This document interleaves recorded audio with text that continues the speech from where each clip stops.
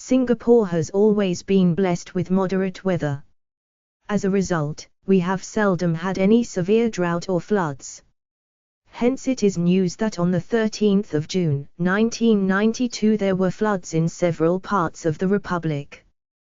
The problem started on the day before, the 12th of June, 1992, when the rain started to come down in torrents. Everyone welcomed the rain as it had not rained for a few weeks and the weather was hot and getting hotter day by day.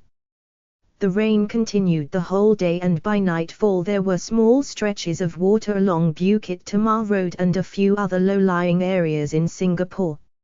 No serious harm was done except that there were massive traffic jams all over because of stalled cars.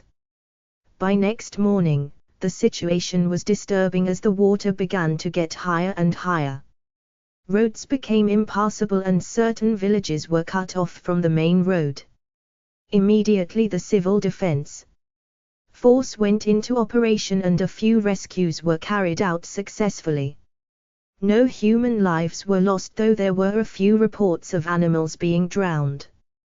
By the afternoon of the 13th of June, 1992, the situation was serious and the army was called to assist the civil defense force.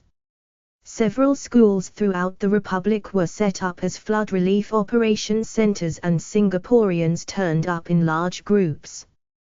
The ladies set up kitchens and started cooking and the men argued with the civil defense officers to be allowed to take part in the rescue operations. Naturally, the officers were cautious and tactfully told them that their offer was appreciated but not really required.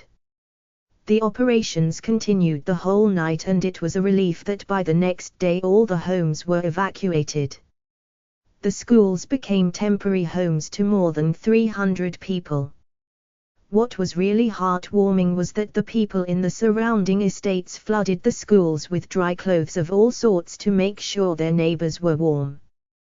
The Singaporean spirit of neighborliness was high and everywhere.